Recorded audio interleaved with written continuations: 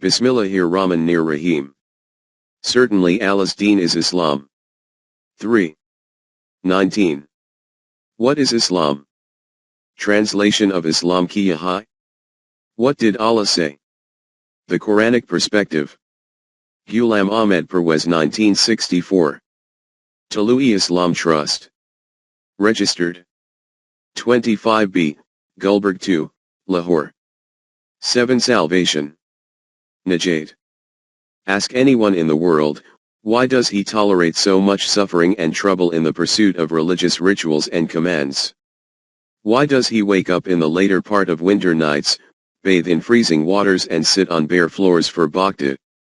Why does he tolerate the trouble of hunger and thirst during the season of summer in which the days are as long as the height of a mountain? Despite his poverty and deprivation, why does he keep himself in privation by giving charity from his income? Despite the lack of sufficient resources, why does he journey hundreds of miles to perform a pilgrimage to some specific sacred destination?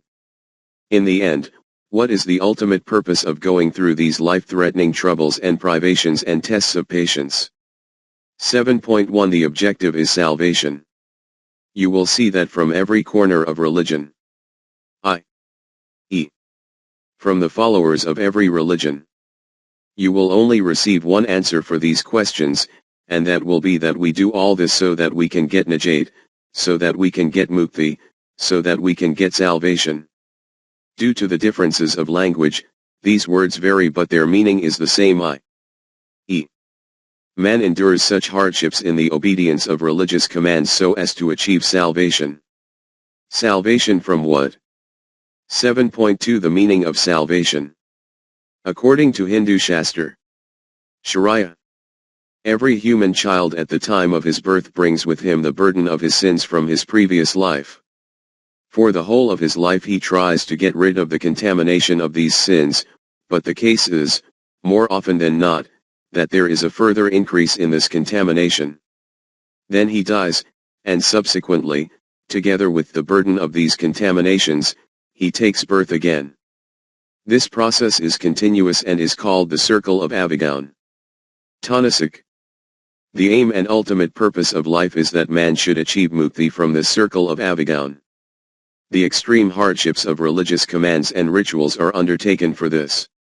As per Hindu Vedant, i.e., through mysticism, the human soul, Atma, is part of the soul of God, Paramatma, which has become separated from its whole and is trapped in prakrti, material impurities, and is constantly entangled in anguish and suffering. The purpose of life is to free this Atma from the constraint of matter, and this purpose cannot be achieved without going through the hardships and privations of Yuga. According to Buddhism, every desire of man becomes the precursor for a new hardship. The purpose of life is to free the human heart from the deception of the desires of the heart. In this way he achieves nirvana, which means complete annihilation. According to Christian belief, every human child is born with the burden of sin on his back from his first parents, Adam and Eve. The purpose of religion is to provide him with salvation from the burden of the sin, which can be achieved by believing in the crucifixion and atonement of Christ. The belief of the Jews is that every child of Bani Israel gains paradise following circumcision. But as a result of some sins having been committed by their ancestors in a bygone era, this nation will be sent to hell for a period of time. To be freed from the punishment of this hell is called salvation. Keep this concept of salvation in mind and see how at a fundamental level one element is a common value, i.e., that man was hale and hearty somewhere, and for certain reasons he was sent to the prison of the world. After toiling at the grindstone in this prison, once he has proven himself to be a gentleman, he will then be extricated from the prison and sent back to his original position. This is what salvation is.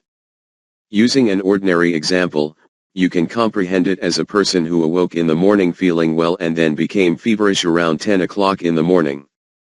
All day he remained feverish, the doctor administered medicine, and by dusk he received salvation and his fever subsided, i.e., he became as he had been in the morning prior to falling ill. He achieved nothing from the exertion and hardship of the whole day, he only became the same as he was previously. This is that concept. I.e. as you were. Which is the basis of salvation. The cloth was white, it became dirty with dust and grime, the dhobi washerman laundered it, the dirt was removed and the cloth became white as before.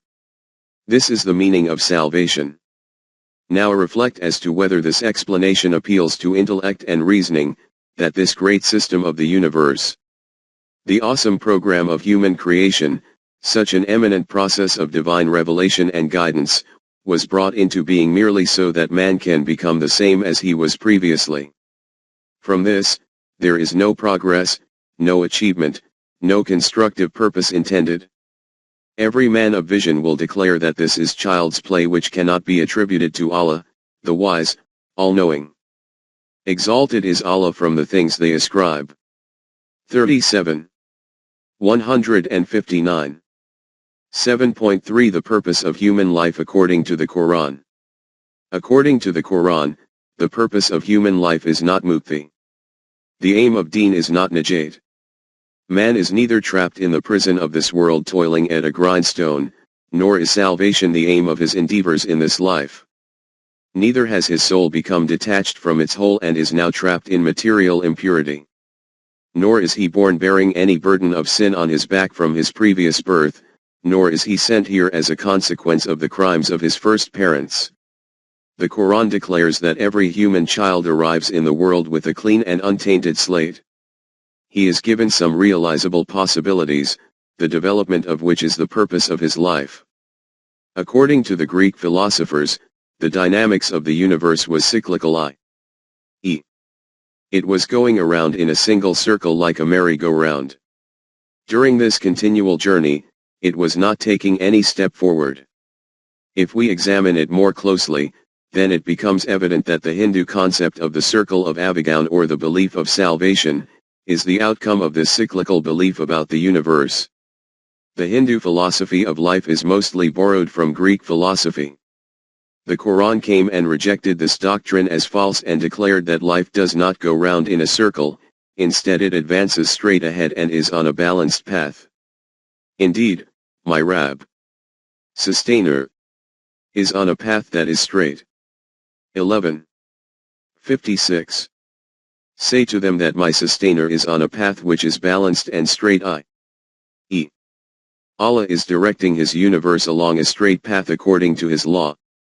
In another verse, it is stated, the path of Allah, to whom belongs whatever is in the heavens and whatever is on the earth.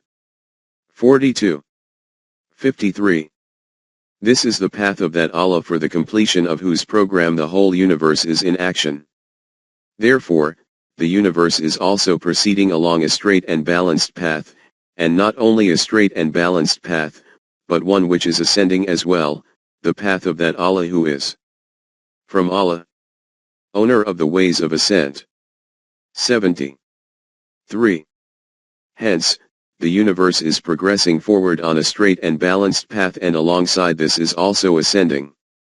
It is traversing through its evolutionary stages and heading towards its destination. In other words, according to the Quran, the universe is progressive and dynamic. It is not static and not going round in a single circle. This is that same path on which man is invited to tread. Therefore, in Surah Al-Fatiha mankind is taught this very dua. Prayer. Guide us to the straight path. 1. 5. From this reality becomes evident that according to the Quran the purpose of the endeavors and hardships of human life is not to achieve salvation from some difficulty and become as you were, but is to progress forward on the highway of life and to ascend higher. This is called evolution. As has already been noted, according to the Quran, 1. Man does not arrive into life with any kind of burden. He comes with a clean and untainted slate. 2. He is bestowed with many realizable potentials by nature. 3. The purpose of his life is to actualize these possibilities, to manifest his latent potentials and to develop his self, and in this way, from this life, become worthy of living a more eminent life at a higher plane. 7.4 The evolutionary stages of life. About these evolutionary stages of life, the Quran has stated, "You shall surely ascend stage by stage." 84:19. Hence the purpose of life is not to gain freedom from some trap, it is to ascend ever higher by traversing through evolutionary stages. For this, Deen provides a practical program. It is obvious that there are two parts for every program. One is that doctrine, law, or formula which is the foundation of this program, and the second is that technique through which the program can reach its completion. The first condition for the success of the program is that the formula on which it is based should contain within it the potential to progress forward. If the formula itself only has the potential to produce wrong or negative effects, then the program which is dependent on it can never succeed. Next, this technique should possess the ability to make this formula blossom further. Note in what a beautiful and balanced way the Quran, in a few words, has explained this foundation and the structure raised on it. It states, "If any do seek power, then to Allah belongs all power. To him mount up words of purity, and it is he who exalts each deed of righteousness." 35:10. The prosperous and pleasant doctrine of life, which is received through revelation, contains the potential of ascension and progression, and righteous deeds raise it high. The Quran explains this abstract reality through the practical metaphor of a farm. This is a common technique in the Quran. On a farm, the fundamental item is the healthy seed which contains the potential to germinate, sprout, and bear fruit. 7.5 Iman and righteous deeds. This is that ideology which, according to the terminology of the Quran, is called Iman. After this, is that process through which the growth and development of the seed occurs in such a way, that at its appropriate time, it prospers and flowers and bears fruit. If this seed remains buried deep under a pile of earth, not even a seedling will sprout from it. Using this metaphor, regarding the aim and objective of human life, the Quran states that he has succeeded who develops it, and he has failed who suppressed it. 91:9-10. The one who developed his self, his crop reached fruition, but the one who suppressed his self, he became ruined and destroyed.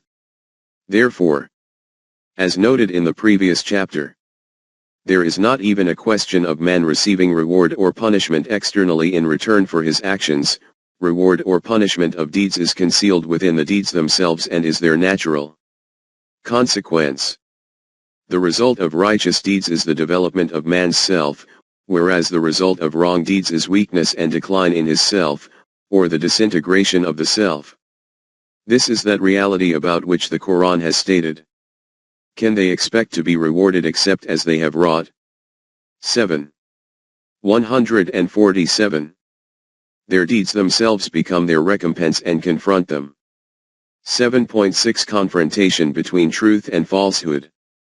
In the development of the human self, or we can say, in the process of implementation of the permanent values within human society, destructive forces and vested interests stand up as an obstruction in its path. It is essential to confront these forces, and this is what is called the struggle between haqq, truth, and batil, evil. It is obvious that to remove these rebelling elements from the path, power will be used. Now, if the situation is such that the accumulated power is continually being used and new power is not being produced, then after a period of time, man will not have any strength left with which to confront these destructive forces. The Quran states that inherent in the system of action proposed by it, is the ability that whatever force or power is utilized in the achievement of this objective, it can replenish it. In Arabic terminology, this is called sawab. 7.7 The meaning of sawab. The word sawab means to return. Whatever has been spent has been returned in full. The English translation of the word istisab will be restoration. Therefore, under the Quranic system, whatever energies are expended in the defense of haqq and to defeat batil, these are restored simultaneously. Let us consider another example. In the case of infectious diseases, e.g., influenza, you may have seen that some people succumb to it immediately, whereas others remain unaffected. The reason for this is obvious. People who have reduced immunity are quickly overwhelmed by the germs of disease, whereas those in whom immunity is greater, are not affected by these germs. What does the doctor do in such cases of infectious diseases? He suggests such measures due to which the immunity of people improves and they become capable of fighting the infecting germs. 7.8 The meaning of Makfirat. Protection. Similarly, when some person falls ill due to these germs, the doctor helps to improve his immunity, and this increase in immunity assists the patient against the destructive elements. In Quranic terms, this process is called Makfirat. The meaning of Makfirat is protection. The term Makfir is used to denote that helmet which soldiers wear in order to protect their heads in a battlefield. In this connection, let us look at another example. You are heading to some village. On the way, the road divides into two at a junction from where you step in the wrong direction. After traveling for a mile, you come to realize that you are on the wrong path. It is obvious that whatever energy and time was spent in traveling this journey of a mile, all went to waste. About such travelers on these wrong paths in the journey of life, the Quran states, so their deeds have become worthless. 18. 105.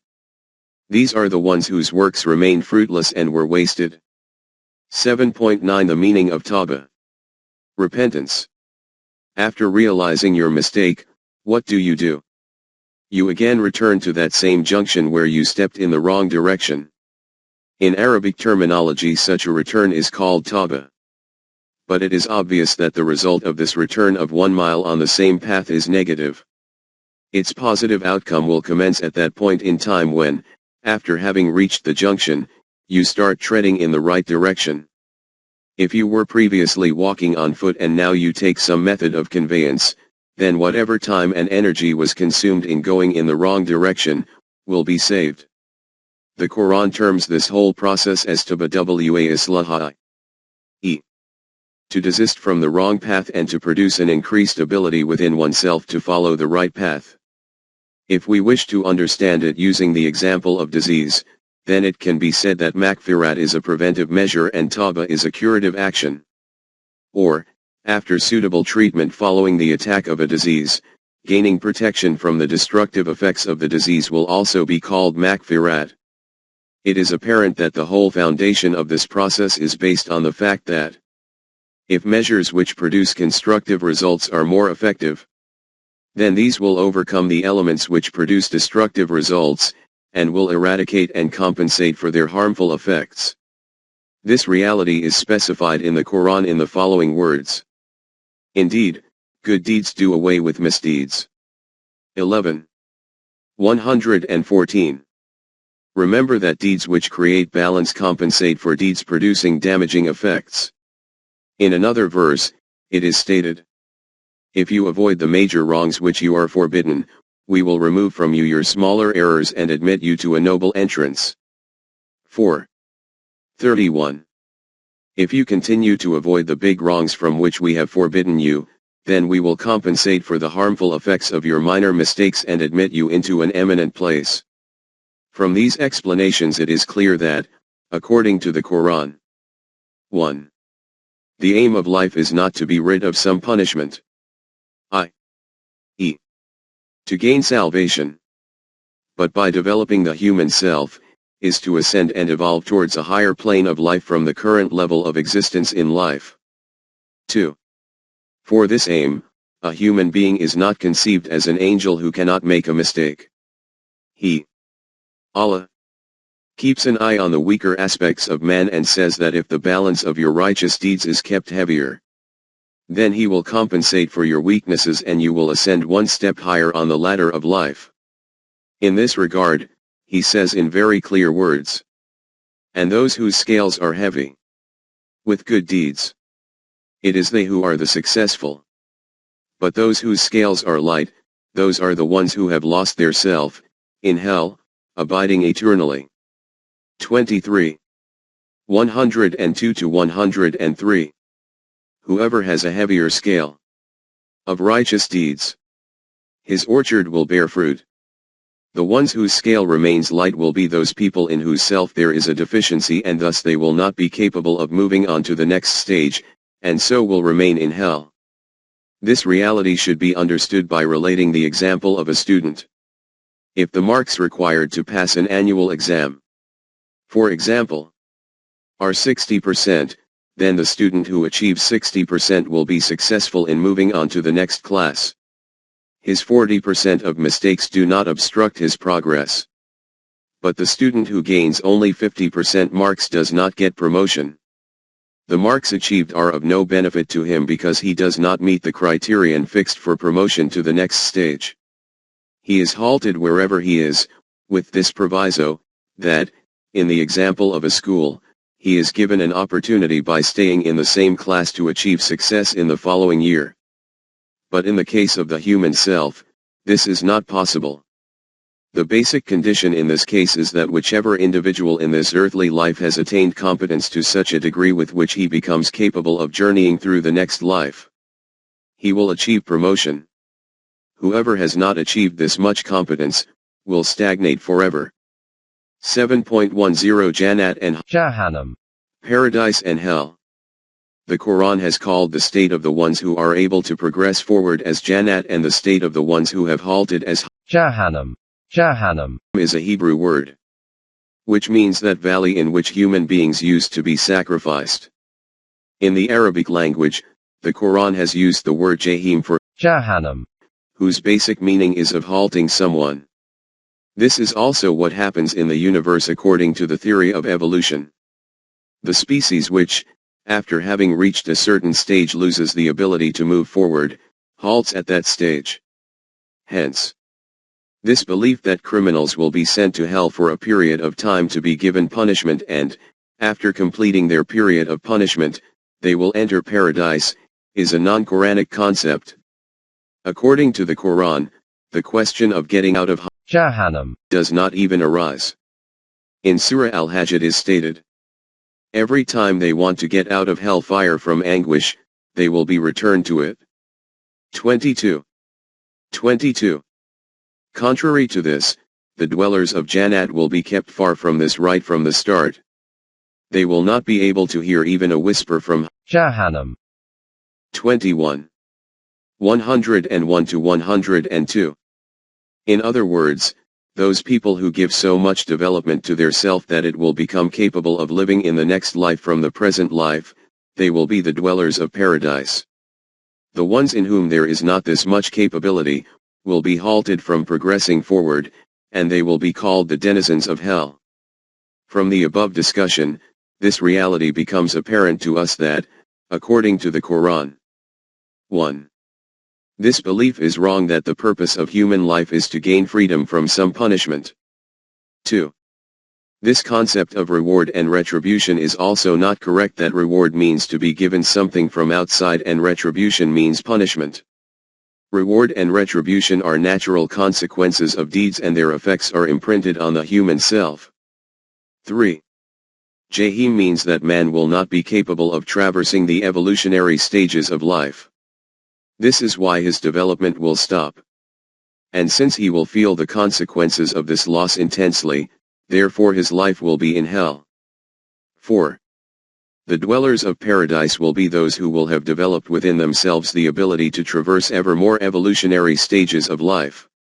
This will be such a massive and successful achievement, seeing which will give rise to immense delight in their beings. According to this philosophy of reward and punishment, someone gaining exemption through another's intercession, or atoning for another's sins, or getting salvation by merely accepting Iman without deeds, or the forgiving of sins by Allah, is a non-Quranic concept. Successes and prosperities of life are the name given to the natural consequences of human deeds. These cannot be obtained as a charity from anywhere. The concept of safarish and bakshish, intercession and forgiveness, is the product of that mentality according to which God is conceived as an earthly king. The concept of God which is presented by the Quran is one whose every act is according to law and order, and in law and order there is never any question of intercession and forgiveness. If we sow wheat, we will reap wheat, and if we sow barley, we will reap barley. This is an immutable law which always remains in force. According to this law, you can gain makfirat but not bakshish. And as has already been stated, makfirat means that man through large, righteous deeds protects himself from the consequences of minor mistakes. Therefore, that which is commonly known as bakshish is also the result of man's own righteous deeds. It would be more correct to call this protection instead of bakshish. In fact, it should never be called bakshish, it should be called makfirat, meaning protection. At this juncture, it is important to clarify this much, that the Quran has also used the word najat. But the meaning of najat is not only to escape from some punishment, it also means to remain fully protected from some destruction, and this is the actual meaning of najat as per the Quran, i.e. man remaining protected from destruction through righteous deeds. The Quran has also called the life of paradise as life forever. This will be discussed in the next chapter.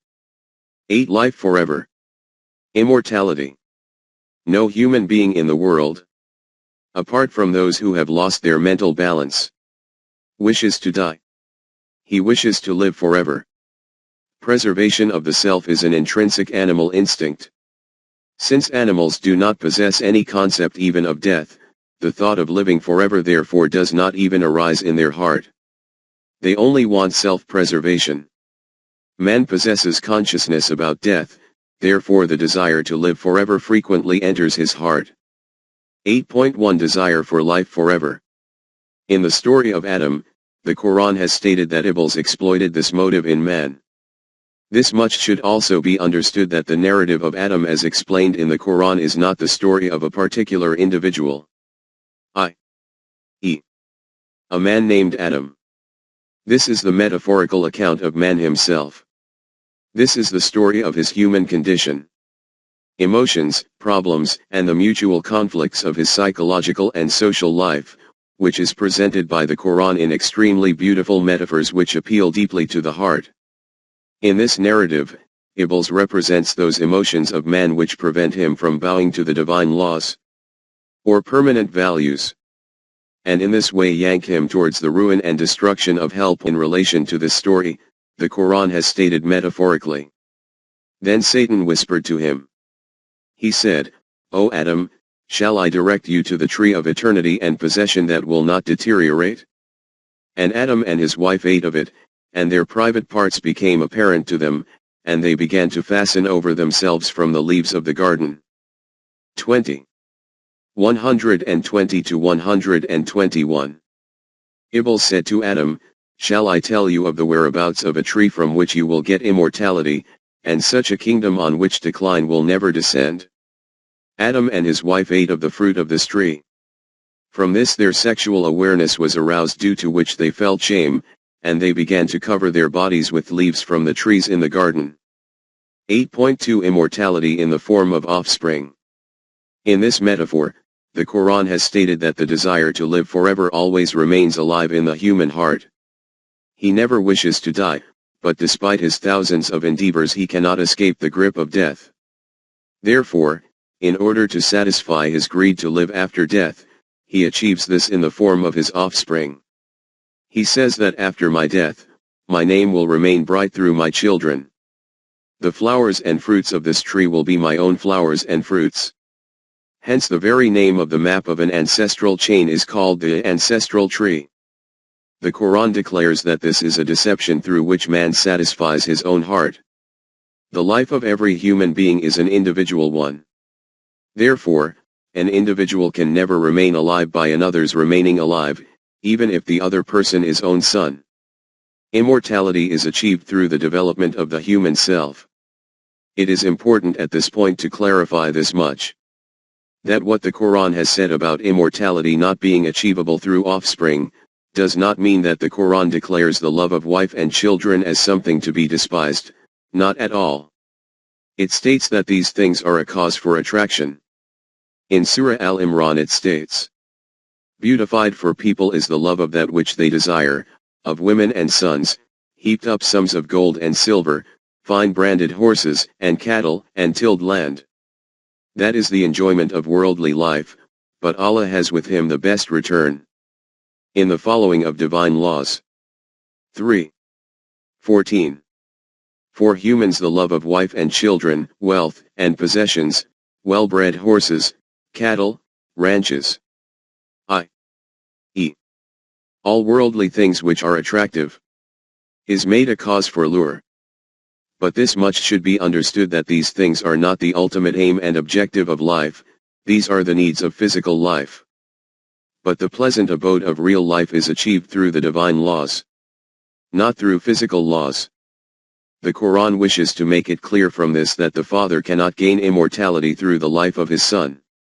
The method for achieving immortality is different. 8.3 Immortality through development of the self. This is achieved through the development of the human self, and death is its test.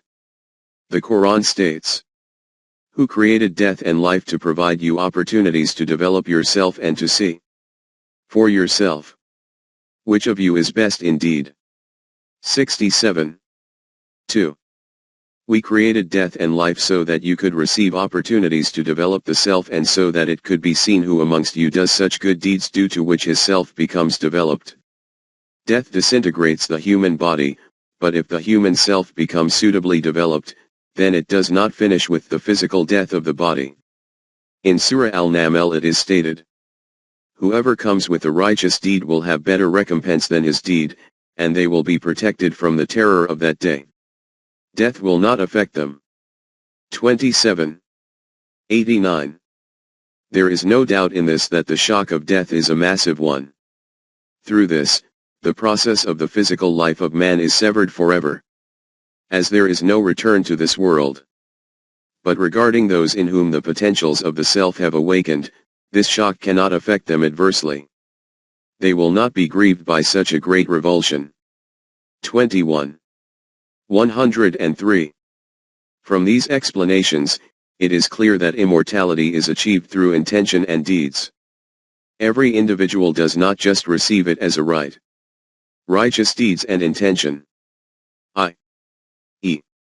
living life willingly within the remit of the permanent values, are not an issue of life at the animal level. Therefore the question of immortality at this level of existence does not arise. In this connection, Professor Galloway writes that every creature formed in the semblance of man, however brutish and undeveloped, is destined to immortality, is more than we dare affirm. To do so would require a deeper knowledge of divine economy than we possess. We agree with Lotze that every created thing will continue if and so long as its continuance belongs to the meaning of the world. That everything will pass away which had its authorized place only in a transitory phase of the world's course. Life after death is an established reality according to the Quran, but what kind of form or state this life will take cannot be understood at the existing level of human consciousness. In Surah Al-Waqi'ah it is stated, "We have decreed death to be your common lot, and we are not to be frustrated from changing your forms and creating you again in forms that you know not." 56. 60-61. We have established the scales of death among you, and we are not in any way limited from changing your existing form into such a form of which you have no knowledge. 8.4 Life following death. The decomposition of the human body does not affect the human self in any way, because the human self is neither part of the body nor under the control of physical laws. Hence the Quran, presenting the material concept of life, declares, they say, "What? When we are reduced to bones and dust, should we really be raised up as a new creation?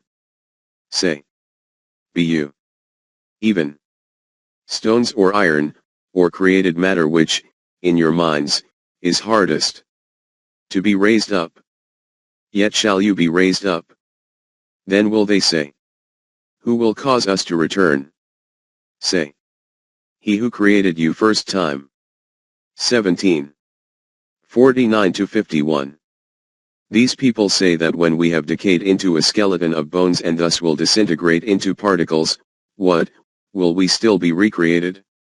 Say to them, that, leaving aside being bones, if you were stone or iron or something even tougher than this of which you can conceive as being very difficult to bring to life, even then you will be brought to life. They say, who will create us anew? Say to them, that same Allah who brought you into existence from nothing the first time. It is obvious that life did not come into existence according to physical laws from nothing the first time.